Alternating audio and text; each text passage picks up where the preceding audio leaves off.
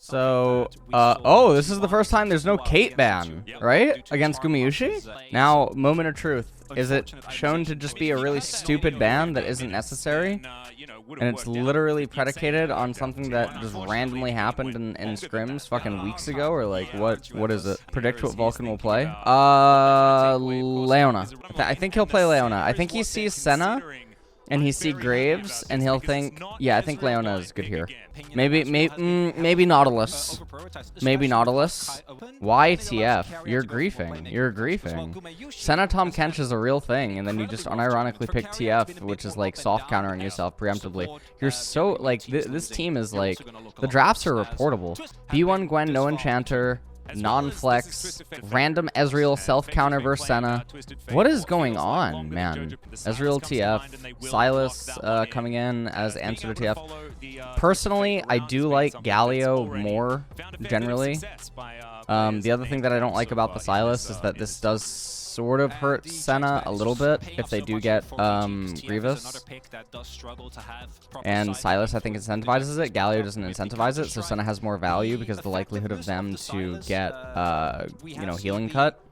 I know it's like super minor, but also I think it's easy. Well, you could argue it's easier to play out the remainder of the draft from this position with Silas, maybe, if you retain Silas flex top lane. But I don't think Silas flex top lane is a real thing when they're already holding Gwen. The only other thing I could maybe think is that he'll try to go Brad. That's the only thing I could think, is that he'll try to go Brad against wow, T1 Gangplank. Ooh. I think they're thinking that they want to go Brad preemptively because Senna, some of Senna's matchups get hurt by Brad. Yeah. Yeah, I mean, they can tell. You can tell that they're thinking of an enchanter. Yeah, it's Brad. Okay, yeah. They're doing this as a preemptive measure against Senna, because it really slices her options for like champions that she can end up picking. Who won draft? So I think that even though the Bard came in, I think that T1 are still really ahead in draft. Danny maybe is building right today, though. Yeah, that's true. Danny will probably build right. Okay, Impact. Oh, Impact fucked up. You saw that? He clicked up. He clicked up like 200 range. It's really bad. He gets traded on immediately. But the reason the 200 range thing is really bad is because it means that he doesn't even sense Graves. He doesn't sense Graves as a possibility. That was like a really bizarre type of kill that they just got on Impact. Okay, now raising this turret is really bad. Is Gumayushi dead? Oh fucking god, dude. You cannot live. You cannot live. Dude, he is turbo. He's running it this whole tournament. He's actually running it this whole tournament. It unironically is like the worst performance. Like unironically, .io word. Unironically .io word. It is the weirdest thing in the world. Did bot meta shift kill T1 a bit? No, I don't think so. This has nothing to do with like Jinx and Aphelios being gone. Looking like a bit of a 3v3. There's the flash over the wall and the pick comes in. Okay, well, for all the fucking Twitch chat cretins, that don't understand, I'm saying if they went over before Viego is in range to just be hit, if they go over into the brush and try to wrap on Ezreal and Bard, then they will die. Viego will flank them, they'll have used their abilities, they'll get stunned by Bard, etc. They will die. They will run it.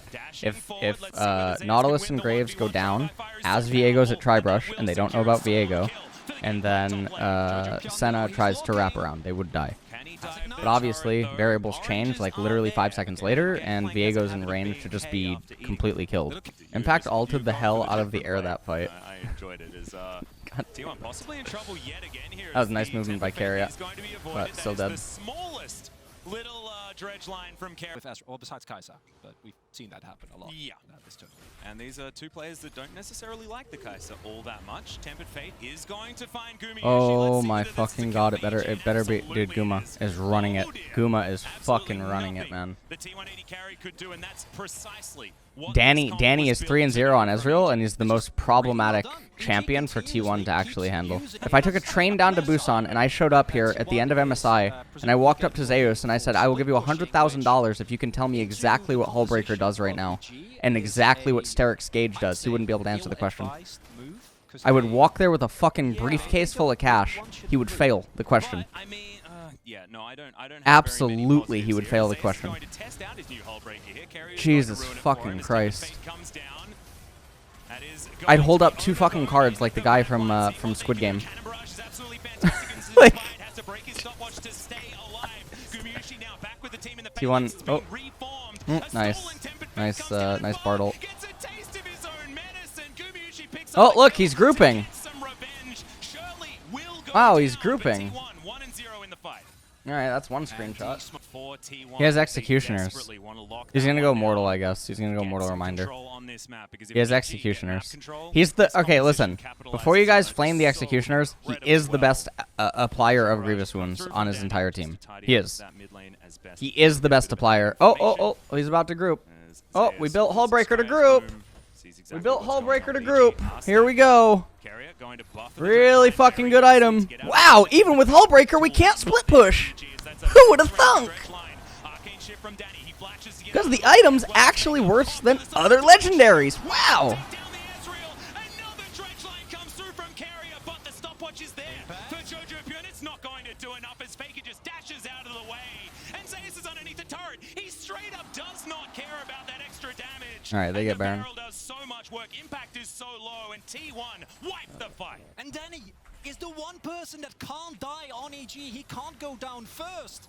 Their most fat members, so many resources invested in getting him ahead, and him getting taken down means that T1, even though Impact, who has been put so far behind, gets them dangerously low, they lack the crucial damage. And it might have been a soul point, which is unfortunate, but not the end of the world. But instead, T1 pick up the Baron. Well, Inspired's going to pick up the Drake. He's going to die, but they deny soul point. So I guess there's that. Baron goes over to T1, though. T1 are up There's 7,000 so gold, much though. pushing power. T1 are up And EG 7,000 with a gold. composite- Why would you get Kembunk? Actually, You want crit? And even with the arcane shift, even with What the fuck? being able to get His build is giving his.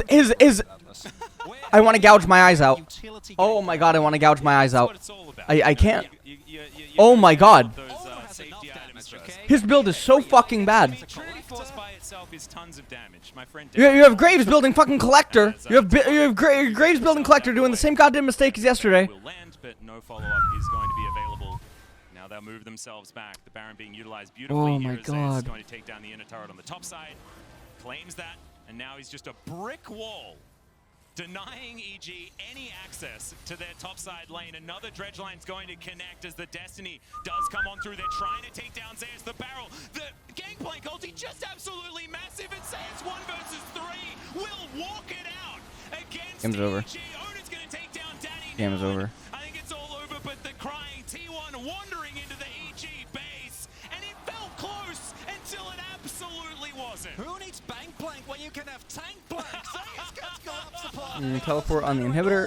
Because I think that's the play you need to look for as EG. Try to desperately find someone that isn't with the rest of their team, pick them off, and use that momentum. But unfortunately, I mean, they win the team fights. They win the team fights like really handily. Counterpart Inspired.